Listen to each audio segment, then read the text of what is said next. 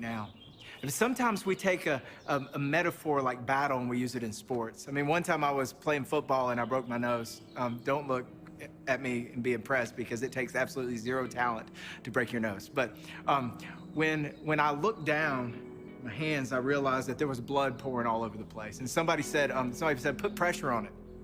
And it was after that, that's when I knew that it was broken, because pressure finds the fracture.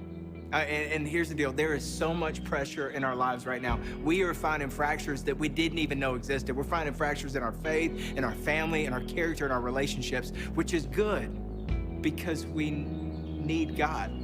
And we need God to heal it, but before God can heal it, he needs to reveal it. Because you can't win a battle with an enemy that you're pretending doesn't exist. So I wonder, like, when you look at your life, like, what battles are you facing right now? Because we have a lot of different battles, but there's one battle we all have in common, and it's this. It's winning the war within. And the war within is in our own hearts and our minds. It's the fear and the anxiety. It's the doubt and the discouragement. It's dealing with the disappointment.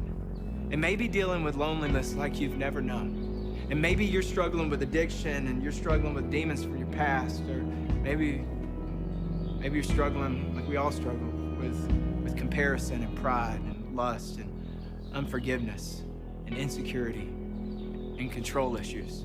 You know, in his first message in Luke chapter 4, Jesus said, I've come to bring healing to your hearts. I've come to set your hearts free. And Jesus wants to do for our hearts what God did for the nation of Israel in Egypt. I mean, remember, they were slaves there for 400 years, and they cried out to God. They're like, God, we need you to send a deliverer. We need you to deliver us. So God sent Moses to deliver his people and lead them into the promised land. And it was a trip that should have taken about 40 days, but it ended up taking 40 years because their bodies were free, but their hearts were still captive.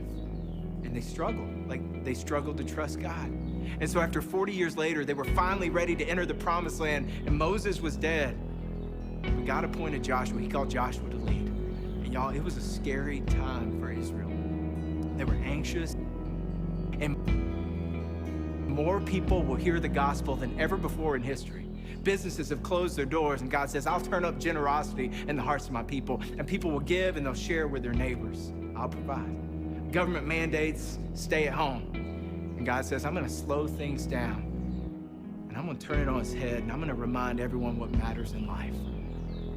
People, community, relationships, and a relationship with me. And think about, who's that person who believed in you? See, for Joshua, it was Moses. And for 40 years, Joshua, he served Moses. He was Moses' apprentice. He was his assistant. He was his servant. He served Moses. And I saw something this week that I've never seen before. It's in the scriptures. And it's in Numbers chapter 13. I want to share it with you. Numbers chapter 13, verse 16. And it tells us that Moses gave Hoshea, son of Nun, the name Joshua.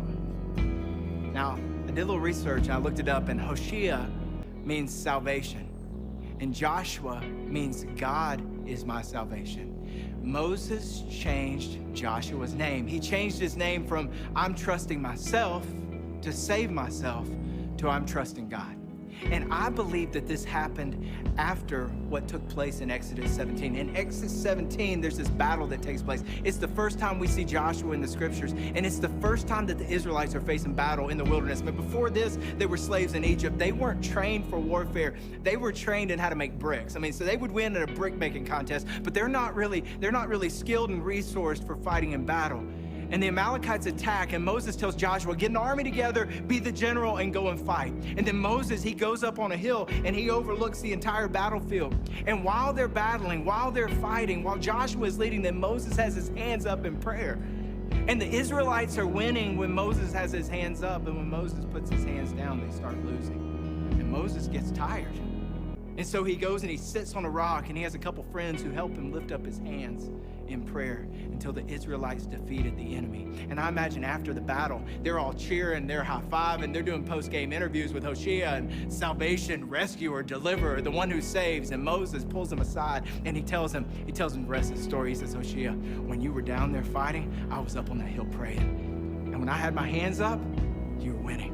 And when I dropped my hands, you stopped winning. Hoshea, you're good, but you're not that good. You may have been fighting the battle, but the battle belongs to the Lord. You're not Hoshea anymore.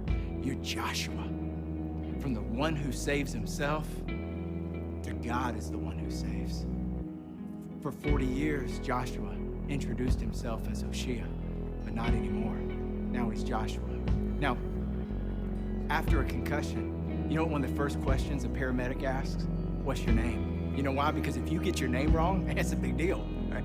And Moses is saying, Joshua, don't get your name wrong. It's not trusting yourself, it's trusting God. And some of us have been getting our name wrong for so long. We've made our lives about trusting our name, trusting our strengths, trusting our success, trusting our intellect, trusting our good deeds, trusting our plans, trusting our money, trusting what other people think of us. And this crisis has brought us to this point where we've come to our senses and we realize we can't save ourselves.